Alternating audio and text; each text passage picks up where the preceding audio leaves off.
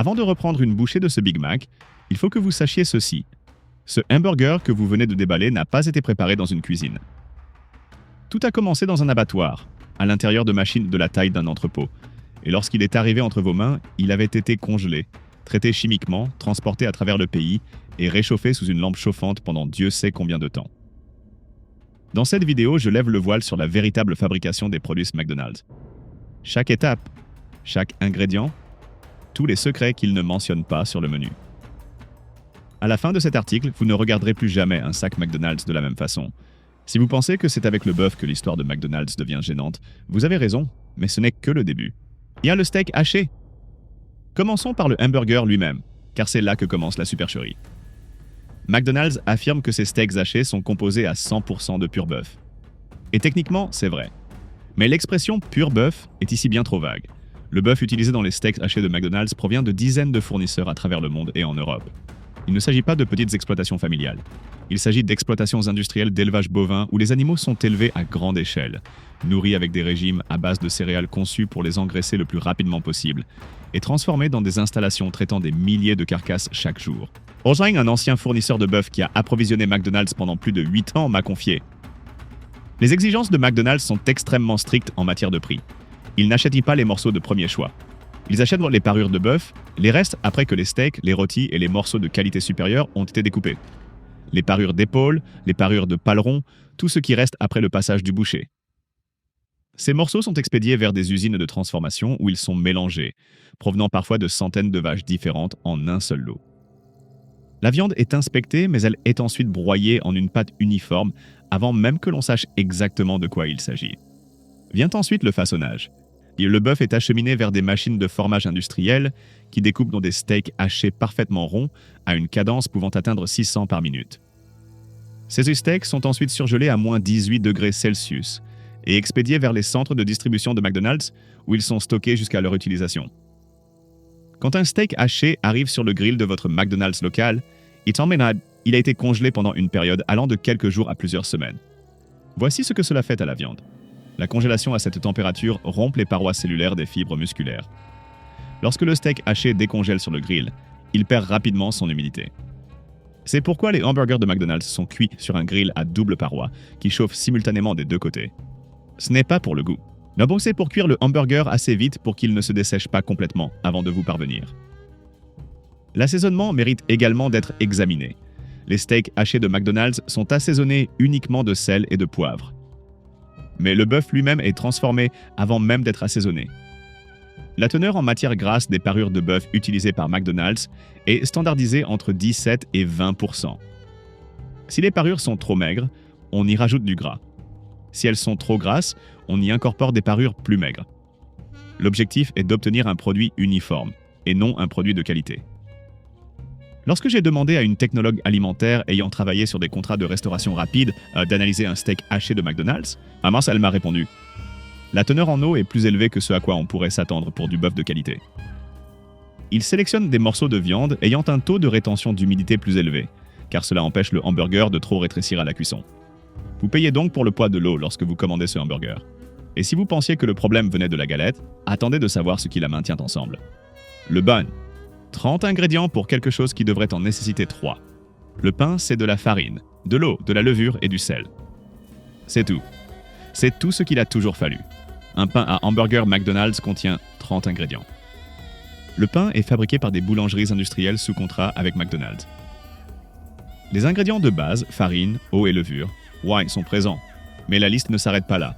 On y trouve notamment du propionate de calcium, un conservateur qui empêche la formation de moisissures. Le stéaroylactylate de sodium est un émulsifiant qui améliore la texture de la pâte. Le sulfate d'ammonium est un agent de conditionnement de la pâte qui nourrit la levure lors de la cuisson industrielle rapide. L'acide ascorbique est ajouté comme améliorant de la farine. Il y a ensuite le sirop de maïs à haute teneur en fructose. Les pains de McDonald's contiennent du sucre ajouté, plus précisément du sirop de maïs à haute teneur en fructose, pour leur donner cette légère douceur et leur permettre d'obtenir une belle couleur dorée une fois grillés. La réaction de Maillard, le processus chimique responsable du brunissement, est accélérée par l'ajout de sucre. Le pain a ainsi l'air fraîchement sorti du four, même s'il ne l'est pas. Un ancien boulanger de McDonald's qui travaillait dans l'une de leurs boulangeries sous-traitantes m'a dit Ces petits pains sont fabriqués par lots de milliers. Le mélange est automatisé. Le façonnage est automatisé. La levée est contrôlée par le temps et non pas évaluée à l'œil nu, comme le ferait un boulanger traditionnel. Les petits pains passent dans un four industriel sur un tapis roulant. L'ensemble du processus de la pâte au petit pain emballé prend environ 90 minutes. Faire du vrai pain prend des heures, parfois si on le laisse lever correctement. Quand McDonald's affirme que ces pains sont cuits sur place, et cela signifie qu'ils sont cuits en usine et non dans votre restaurant. Ils arrivent emballés, après à être brièvement grillés sur un grill de contact. Le grillage dure environ 40 secondes. C'est suffisant pour marquer le pain et le réchauffer, mais pas assez pour obtenir une croûte ou une texture comparable à celle d'un pain vraiment frais. Mais le pain n'est que l'emballage. Ce qu'ils ont fait au fromage à l'intérieur est une tromperie d'un tout autre niveau. Le fromage, ceci n'est pas du fromage. Le carré jaune qui se trouve sur votre hamburger n'est pas du fromage. Juridiquement, il ne peut pas être appelé fromage. C'est un produit à base de fromage fondu. Et cette distinction est plus importante que McDonald's ne voudrait jamais que vous y pensiez. Le vrai fromage est fait de 4 ingrédients: du lait, du sel, des ferments et de la pressure. C'est tout. C'est tout ce qu'il a toujours fallu. L'homme fabrique du fromage avec ces 4 ingrédients depuis plus de 8000 ans. Les tranches de fromage de McDonald's, c'est une toute autre histoire. Il commence par un mélange de vrai fromage, généralement du cheddar, mais la ressemblance s'arrête là. On y ajoute ensuite de la poudre de lactosérum, un sous-produit bon marché et abondant de la fabrication du fromage. Puis, de l'huile végétale est utilisée pour réduire les coûts et ajuster la teneur en matière grasse. Enfin, de l'eau pour donner du volume à la préparation. Ensuite, on ajoute des sels émulsifiants, comme le citrate de sodium et le phosphate de sodium, qui assurent la cohésion du produit. Puis, on prolonge sa durée de conservation bien au-delà de celle du vrai fromage. Enfin, on utilise des colorants artificiels pour lui donner l'apparence du fromage, et même si le produit de base n'en a plus l'aspect. Ce qui ressort de ce processus n'est pas du fromage. C'est un produit aromatisé au fromage, fabriqué à partir de fromage, puis transformé chimiquement pour obtenir le comportement souhaité par McDonald's. Un scientifique en alimentation qui a passé 12 ans à développer des produits laitiers transformés pour les chaînes de restauration rapide m'a dit « Tout l'intérêt des tranches de fromage fondu réside dans le contrôle. Il faut un produit qui fonde à une température précise, conserve sa forme jusqu'à ce qu'il soit chauffé, ne se sépare pas, ne coule pas et ne varie pas d'un lot à l'autre. Le vrai fromage présente toutes ces caractéristiques. Il se sépare, sa texture varie et son comportement diffère selon son affinage et son taux d'humidité. Le fromage fondu, quant à lui, est conçu pour éliminer toute cette imprévisibilité. Ce procédé de fabrication se manifeste dans sa fonte. Prenez une tranche de vrai cheddar et faites-la fondre sous le grill. La matière grasse se répartit de façon irrégulière. Elle se sépare légèrement sur les bords. Elle bouillonne et dort. Elle se comporte comme un produit naturel, car c'en est un. Faites fondre une tranche de fromage McDonald's et observez le résultat. Elle ramollit uniformément sur toute sa surface, quasiment instantanément. Elle s'étire sans se déchirer. Elle enrobe le hamburger comme un film fin. Elle ne coule pas, ne brûle pas, ne se sépare pas. Le résultat est toujours impeccable. Cette consistance n'est pas un indicateur de qualité. C'est le résultat d'un procédé chimique. On observe l'action des sels émulsifiants qui décomposent la matrice protéique du fromage d'origine et la reconstituent en une substance qui se comporte comme du plastique jusqu'à ce qu'elle soit chauffée. La couleur est l'insulte suprême. Le cheddar naturel n'est pas toujours jaune. Sa couleur varie du blanc cassé en hiver, lorsque les vaches se nourrissent de foin plutôt que d'herbes fraîches, à l'orange foncé en été, lorsque le bêta-carotène des pâturages se concentre dans le lait. Un cheddar fermier bien affiné peut être presque pâle. Un cheddar jeune, produit industriellement, est souvent de couleur crème. Cette variabilité ne convient pas à McDonald's. Leur fromage doit toujours arborer la même couleur jaune vif et appétissante, quelle que soit néanmoins la saison, la provenance des produits laitiers ou la qualité du cheddar de base. Maintenant que c'est pourquoi de l'extrait de roku, un colorant naturel issu des graines de l'arbre à roucou, est ajouté à chaque lot afin d'obtenir une couleur uniforme toute l'année.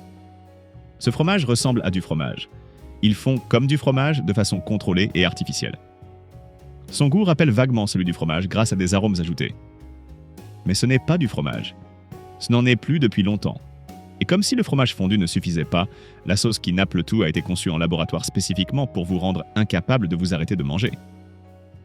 La sauce, une addiction conçue en bouteille, la sauce Big Mac de McDonald's. On en parle comme d'un secret bien gardé. La vérité, c'est bien plus troublante que n'importe quelle recette secrète. Alors, la sauce est produite en grande quantité par un fabricant tiers et livrée au restaurant McDonald's dans de grands sachets distributeurs. Sa base est de la mayonnaise, mais une mayonnaise industrielle à base d'huile de soja, et non la version maison à base de jaune d'œuf et d'huile d'olive. À cette base, ils ajoutent au morceau de la relish de cornichons sucrés, de la moutarde jaune, du vinaigre de vin blanc, de la poudre d'ail, de la poudre d'oignon et du paprika. Assez simple. Mais il y a aussi les additifs. Le sorbate de potassium est un conservateur. Le DTA disodique de calcium sert à préserver la couleur et à prévenir l'oxydation. Les arômes naturels sont un terme générique qui peut légalement englober des centaines de composés aromatiques différents que les fabricants ne sont pas tenus de divulguer individuellement. L'expression « arôme naturel » est l'une des plus trompeuses de l'industrie agroalimentaire. Un composé aromatique peut provenir d'une source naturelle et pourtant être transformé au point d'être méconnaissable. La matière première peut être d'origine végétale ou animale, mais une fois intégrée à la sauce, elle a subi une extraction et une concentration chimique qui lui ont ôté tout caractère naturel. Les scientifiques de l'alimentation spécialisés en chimie des arômes sont grassement rémunérés pour créer des saveurs qui déclenchent des réponses neurologiques spécifiques. Leur objectif n'est pas simplement de produire un goût agréable, mais de donner envie d'en consommer davantage. Le sel, le gras et le sucre activent les circuits de dopamine dans le cerveau.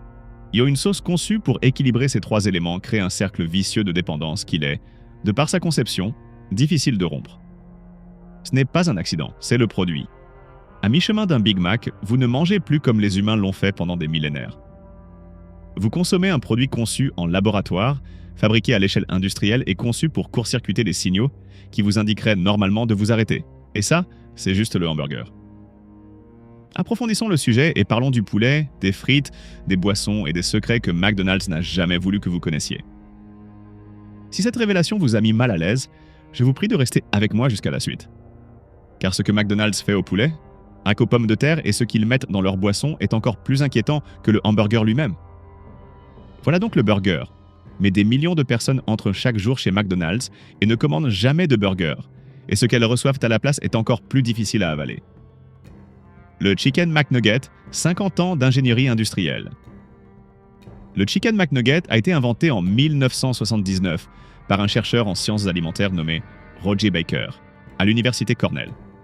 McDonald's a adopté le concept en 1983 et il figure depuis parmi ses produits les plus vendus. Voici ce qu'est réellement un Chicken McNugget. Tout commence avec du poulet désossé mécaniquement. Ce procédé consiste à faire passer les carcasses de poulet, après avoir prélevé les filets, les cuisses et les ailes pour d'autres produits, comme dans une machine sous haute pression. Les os agissent comme un tamis.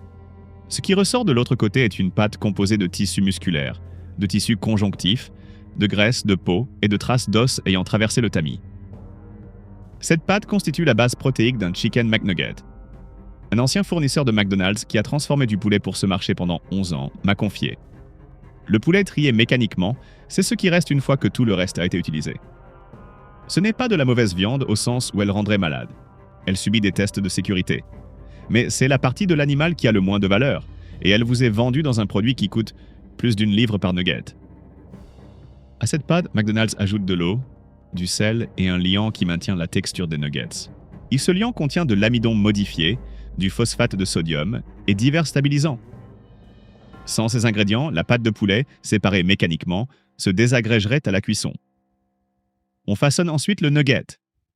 McDonald's propose 4 formes officielles: la cloche, la botte, la boule et le nœud papillon. Le nugget est ensuite enrobé d'une pâte liquide puis d'une panure tempura sèche.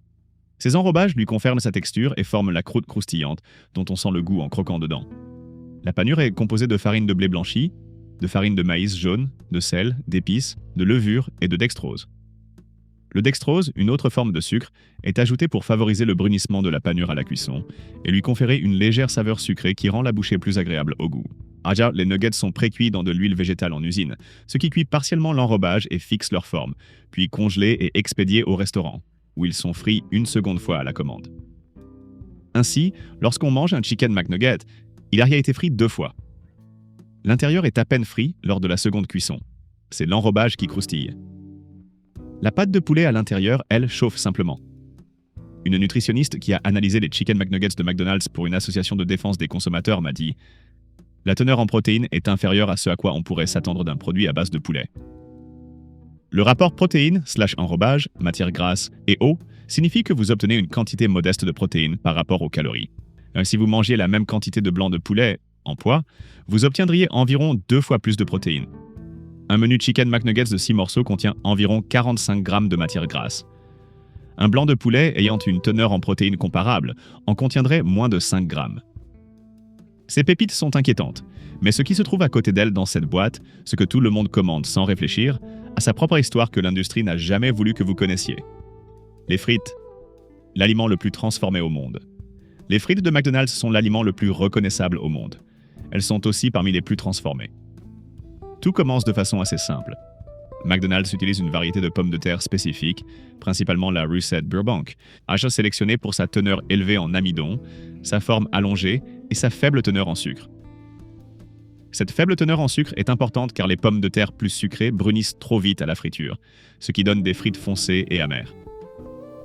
Les pommes de terre sont récoltées, acheminées vers les usines de transformation, épluchées par abrasion industrielle, puis tranchées par des découpeuses à jets d'eau, se déplaçant à plus de 95 km/h. Ces jets d'eau produisent la forme uniforme qui rend les frites McDonald's immédiatement reconnaissables. Vient ensuite le blanchiment. Les frites coupées sont blanchies dans de l'eau chaude pour éliminer les sucres en surface et précuire partiellement la pomme de terre. Il s'agit d'un procédé standard, similaire à celui utilisé par tout fabricant de produits alimentaires. Mais ensuite, les choses maintenant se compliquent. Après le blanchiment, les frites sont traitées avec du dextrose, puis du sucre, afin de favoriser un brunissement uniforme. Elles sont ensuite enrobées de pyrophosphate acide de sodium pour éviter qu'elles ne grisonnent à la congélation. Elles sont précuites à l'huile végétale, puis pulvérisées avec une solution de diphosphate de sodium. L'huile de friture utilisée a évolué au fil des décennies. À l'origine, McDonald's utilisait du suif de bœuf, ce qui explique pourquoi tant de gens se souviennent du goût différent des frites de leur enfance. Dans les années 90, sous la pression des autorités sanitaires, ils sont passés à l'huile végétale. Mais l'huile végétale seule ne peut remplacer la saveur du suif de bœuf. McDonald's ajoute donc un arôme naturel de bœuf à l'huile. Aux États-Unis, cette information est mentionnée, ce qui signifie que les frites ne conviennent pas aux végétariens. Aux États-Unis, les frites de McDonald's sont cuites dans de l'huile végétale sans arôme de bœuf et sont présentées comme convenant aux végétariens. Cependant, dans de nombreux restaurants, l'huile de friture est encore utilisée pour la préparation de produits carnés, ce qui rend cette appellation trompeuse pour les personnes ayant des exigences alimentaires strictes. Un chimiste alimentaire qui travaillait sur des produits à base de pommes de terre surgelées m'a dit « Le nombre d'étapes entre une pomme de terre crue et une frite McDonald's est stupéfiant. Chaque étape est conçue pour résoudre un problème spécifique – couleur, texture, durée de conservation, consistance. Avant même d'arriver chez le client, la frite a subi plus d'étapes de transformation que presque tous les autres aliments proposés dans un restaurant de restauration rapide. Lorsqu'on fait frire des frites dans un restaurant McDonald's, elles sont plongées dans de l'huile chauffée entre 160 et 175 degrés Celsius. À ces températures, de l'acrylamide se forme. L'acrylamide est un composé chimique qui se développe naturellement lors de la cuisson d'aliments riches en amidon à haute température. Il a été classé comme cancérogène probable pour l'homme par le Centre international de recherche sur le cancer. L'Agence des normes alimentaires a publié des recommandations conseillant aux consommateurs de viser une couleur jaune dorée lors de la cuisson d'aliments riches en amidon à la maison, car une cuisson plus foncée augmente les niveaux d'acrylamide. Les frites de McDonald's sont cuites jusqu'à ce qu'elles soient dorées. Elles ne sont pas brûlées, mais le risque d'acrylamide existe lors de toute friture de pommes de terre à haute température, quel que soit l'opérateur. Ce phénomène n'est pas propre à McDonald's, mais c'est un aspect que l'industrie omet de mentionner lorsqu'elle affirme que ses frites sont préparées avec des pommes de terre de qualité. Et après tout ce que vous venez d'entendre sur la nourriture, la boisson qui accompagne le tout pourrait bien être le pire moment du repas. Les boissons, les calories cachées que personne ne compte. Parlons des boissons, car c'est là que McDonald's met en œuvre l'une des supercheries les plus rentables et les moins examinées de toute l'industrie de la restauration rapide. La plupart des gens qui réfléchissent bien à ce qu'ils mangent chez McDonald's, qui choisissent des frites moyennes plutôt que des grandes frites, qui optent pour le grillé plutôt que le frit, commandent quand même un grand Coca sans y penser à 2 fois. La boisson leur paraît anodine. Ce n'est qu'une boisson. C'est exactement ce que McDonald's veut vous faire croire. Un grand Coca-Cola chez McDonald's contient environ 450 calories et 53 grammes de sucre. L'apport quotidien recommandé en sucre pour un adulte est de 30 grammes. Une grande boisson chez McDonald's apporte presque le double de cette quantité en sucre, avant même d'avoir pris une seule bouchée. Pour vous donner une idée de ce que représente 53 grammes de sucre, cela équivaut à plus de 13 cuillères à café de sucre blanc, dissoutes dans une tasse. Et si vous vous asseyez à table et que vous versiez 13 cuillères à café de sucre dans un verre, vous ne le boiriez pas. Mais McDonald's sert la même quantité froide, gazeuse, aromatisée au caramel et à l'acide phosphorique, et conçue pour être avalée sans que vous vous rendiez compte de ce que vous consommez. La température n'est pas le fruit du hasard. Chez McDonald's, les boissons gazeuses sont servies nettement plus froides que dans les distributeurs automatiques ou les épiceries de quartier. Des études internes menées dans le secteur de l'alimentation et des boissons ont régulièrement démontré que les boissons froides sont perçues comme moins sucrées. Plus une boisson est froide, plus ses papilles gustatives sont inhibées.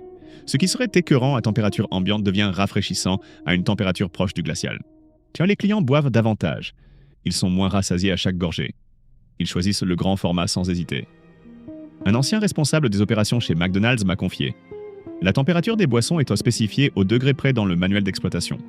Il ne s'agit pas de les garder froides pour préserver leur fraîcheur, mais d'atteindre la température à laquelle les clients les perçoivent comme rafraîchissantes plutôt que sucrées.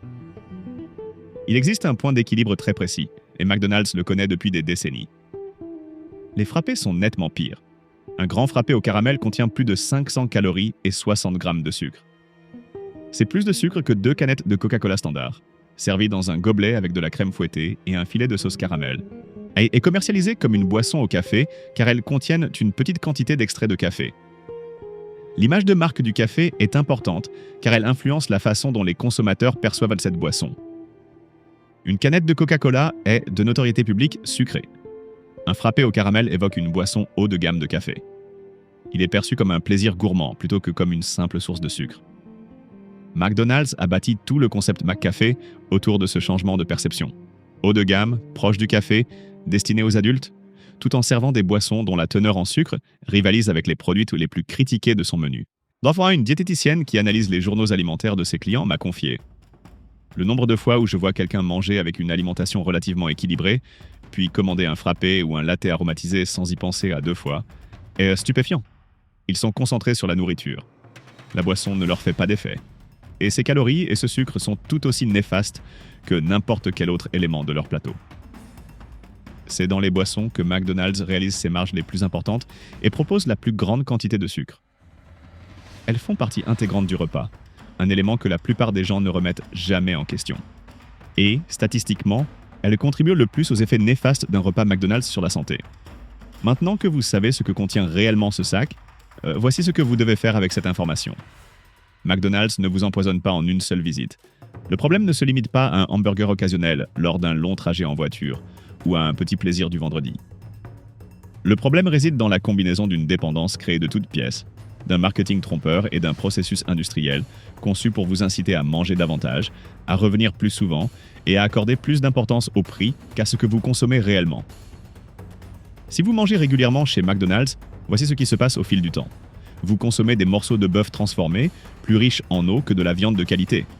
Vous mangez des pains contenant une trentaine d'ingrédients conçus pour prolonger leur durée de conservation et leur consistance, et non pour en améliorer le goût. Vous mangez de la pâte de poulet façonnée en nuggets et frites 2 fois. Vous consommez des frites traitées avec de nombreux produits chimiques et cuites à des températures qui produisent moins de l'acrylamide. Et vous buvez du sucre en quantité qui vous horrifierait si vous les voyiez mesurés devant vous. La première étape consiste simplement à en prendre conscience. Non pas pour se punir d'y prendre plaisir, mais pour cesser de se laisser berner en pensant que c'est autre chose. Arrêtez de commander des grandes boissons. C'est le changement le plus simple et le plus efficace pour réduire considérablement votre consommation de sucre dans un fast-food. Commandez de l'eau ou une petite boisson. La différence est impressionnante. Si vous mangez chez McDonald's, les options grillées sont vraiment meilleures que les frites. Les wraps au poulet grillé contiennent du vrai blanc de poulet, et non du poulet désossé mécaniquement. Il est toujours transformé et contient toujours des additifs, mais la qualité des protéines est nettement supérieure. Cuisinez plus souvent à la maison. Non pas parce que la cuisine maison est toujours parfaite, mais parce que vous savez exactement ce qu'elle contient. Un hamburger maison avec du bœuf haché de qualité, un pain frais de boulangerie et du vrai fromage n'est pas beaucoup plus cher qu'un menu McDonald's, si l'on considère sa composition. Et la prochaine fois que vous vous apprêtez à passer au drive, pensez à ce que vous savez maintenant. Non pas pour vous culpabiliser, mais pour faire un véritable choix, plutôt que de céder à une envie artificielle. Avez-vous changé vos habitudes chez McDonald's depuis que vous avez vu cette vidéo? Avez-vous été surpris par quelque chose? Partagez vos impressions dans les commentaires. Et si vous connaissez quelqu'un qui devrait entendre cela, n'hésitez pas à le partager. Il est important qu'il sache ce qu'il mange.